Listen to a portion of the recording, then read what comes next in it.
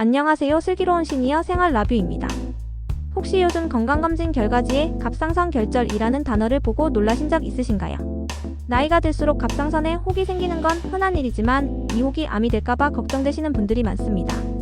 오늘은 우리나라에서 가장 많이 발생하는 암인 갑상선암을 예방하기 위해 우리가 매일 하는 행동 중에서 의외로 놓치고 있는 습관 3가지를 알려드릴게요. 지금부터 제가 드리는 말씀에 고개를 끄덕이실 거예요.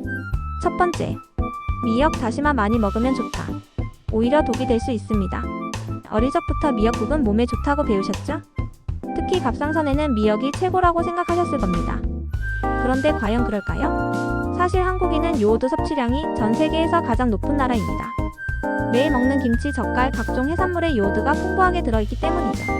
갑상선은 요오드를 재료로 호르몬을 만듭니다. 그런데 이 재료가 너무 많으면 어떻게 될까요? 오히려 갑상선에 과부하가 걸려 기능에 이상이 생기거나 기존에 있던 작은 혹을 더 크게 키울 수 있습니다.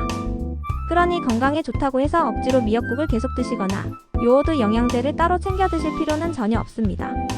이미 우리 몸은 충분하니까요. 두 번째, 노인성 우울증 혹시 앓고 계신가요? 요즘 부쩍 몸이 처지고 기운이 없다거나 만사가 귀찮고 재미있는 일이 없다고 느끼신 적 있으신가요?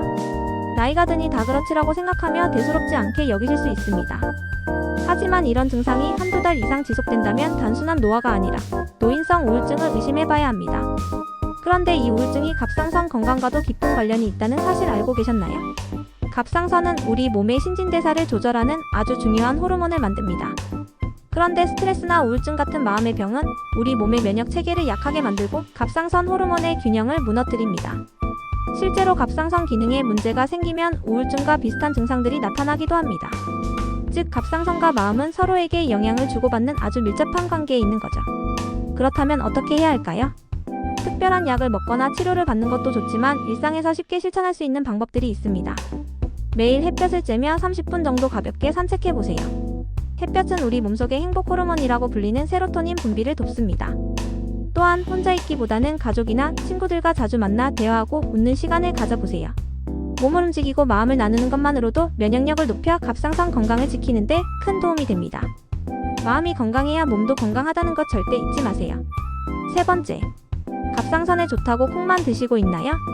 콩이 건강에 좋다는 말 정말 많이 들어보셨죠? 갱년기 건강에 좋다고 해서 두부, 된장, 콩밥을 매일 드시는 분들이 많습니다. 그런데 콩에 들어있는 특정 성분이 갑상선 건강에는 오히려 독이 될 수 있다는 사실 알고 계셨나요? 콩에는 이소플라본이라는 성분이 풍부하게 들어있습니다. 이 성분은 여성 호르몬인 에스트로겐과 비슷한 작용을 해서 갱년기 증상 완화에 도움을 주죠.